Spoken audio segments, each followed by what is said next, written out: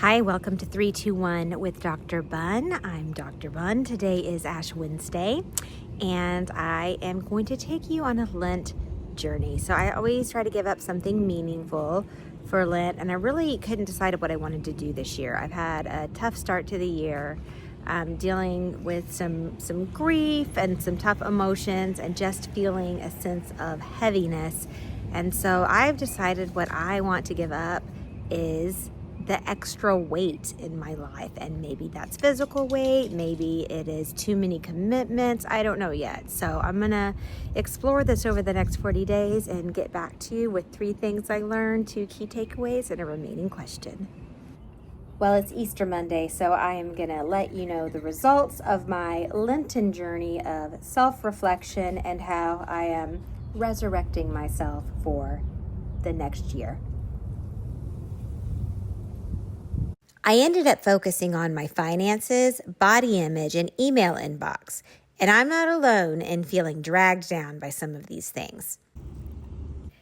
The average American is carrying over $6,500 in credit card debt, and 1 in 3 people couldn't even scrape together $400 for an emergency without borrowing or selling something.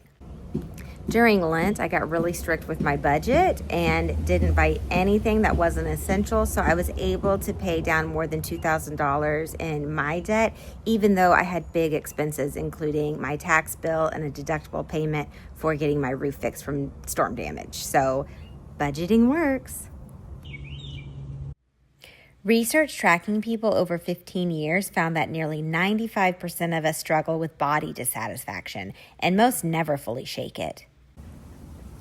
I lost a little over 3 pounds just by tracking what I was eating every day, and I'm going to start adding in more exercise so I can get my body back to where it feels good.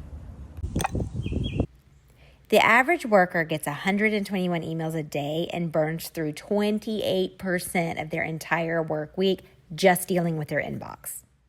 I'm still fighting the email battle, but I did get more than 300 of them out of my inbox just by deleting things I had already dealt with and by unsubscribing from newsletters I didn't read, ads I didn't want, just basic things like that. It's gotten more manageable, and I've set some times throughout the day to really be intentional about checking and clearing emails, so all of that has helped me stay on top of that clutter. One thing I learned throughout this process is that I have a lot of shame about the 3 things I worked on when I notice that I get behind or just am not on top of everything. I don't think that's a productive feeling, because what happens is I just start to avoid them altogether and get further and further behind instead of just seeing them as something that everybody gets behind on sometimes and dealing with it as I can. One strategy that worked for me is called habit stacking, which is when you take an existing habit and tie it to a habit you want to build. For example, you might want to start journaling, and so you start doing that while you drink your morning coffee. I make this work for me by taking something I don't want to do and tying it to something that I do want to do. So what I'm doing right now is making a video, which is something I wanted to do, while I also make dog food, which is something that I didn't want to do. While it is important to have productive daily habits to stay on top of all the things that are weighing me down, I also need to learn to give myself some grace and relax. When I start to feel bad about what I feel like I'm not accomplishing, I tend to set really rigid rules for myself that I can't possibly keep up with.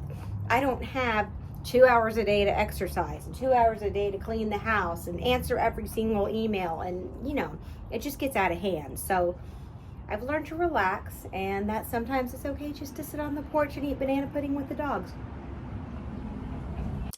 Welcome to my very unorganized closet, or as I like to think of it, the place I hide things I'm hoarding that don't belong in the garage.